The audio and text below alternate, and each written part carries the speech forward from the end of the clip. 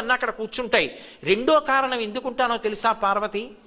బ్రతికున్న నాళ్ళు నావాళ్ళని కష్టపడి వాళ్ళింటికి ఎడతాడు, వీళ్ళింటికి ఎడతాడు, ప్రయాణాలు చేస్తాడు, రైళ్ళు ఎక్కుతాడు, అక్కడికి ఎడతాడు, ఇక్కడికి ఎడతాడు, విమానాలు ఎక్కుతాడు, వాళ్ళింటికి భోజనం అంటాడు, వీళ్ళింట్లో పలహారం అంటాడు, అన్నీ తిరుగుతాడు.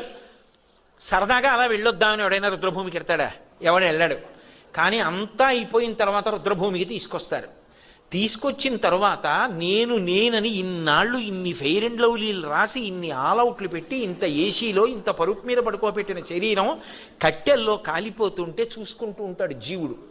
నిత్యమా జీవితము నీటిపై బుగ్గ, కల్లరి బొమ్మయవు కాయమ్మునొల్లా, అద్దె కొంపల బోలు ఆ భోగముల్లా, తను పెంచు దొంగలవు తనయుల నొల్లా, ఎందుకీ భోగమ్ములెందుకీ మురుపు, ముందు చావుండంగమురియంగనగుని అంటారు శివమానస పూజలో. ఏడుస్తూ నిలబడతాడు.